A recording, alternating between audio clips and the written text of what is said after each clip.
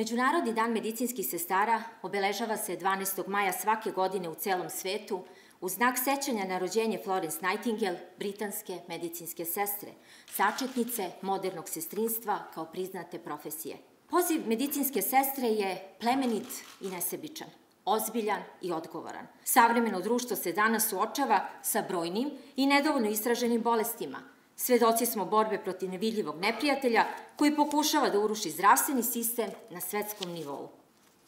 Medicinski tehničari Vojno-medicinske akademije, negujući snažan timski duh, još jednom dokazuju da su bitna poluga vojnog i zdravstvenog sistema uopšte, koja značajno doprinosi poboljšanju zdravstvenog statusa svih građana Republike Srbije. Svetska zdravstvena organizacija je u čast 200 godina od rođenja Florence Nightingale na svojoj 72. sednici održanoj u Ženevi 24. maja 2019. godine proglasila 2020. godinu Međunarodnom godinom sestrinstva. Uprava Vojno-medicinske akademije, na čelu sa pukovnikom profesorom dr. Miroslavom Vukosavljevićem, načelnikom Vojno-medicinske akademije, tokom protekle godine prepoznala je potrebu za navedenim kadrom i omogućila prijem u stalni radni odnos 140 medicinskih sestara tehničara, od toga 125 sa srednjom i 15 sa višom stručnom spremom.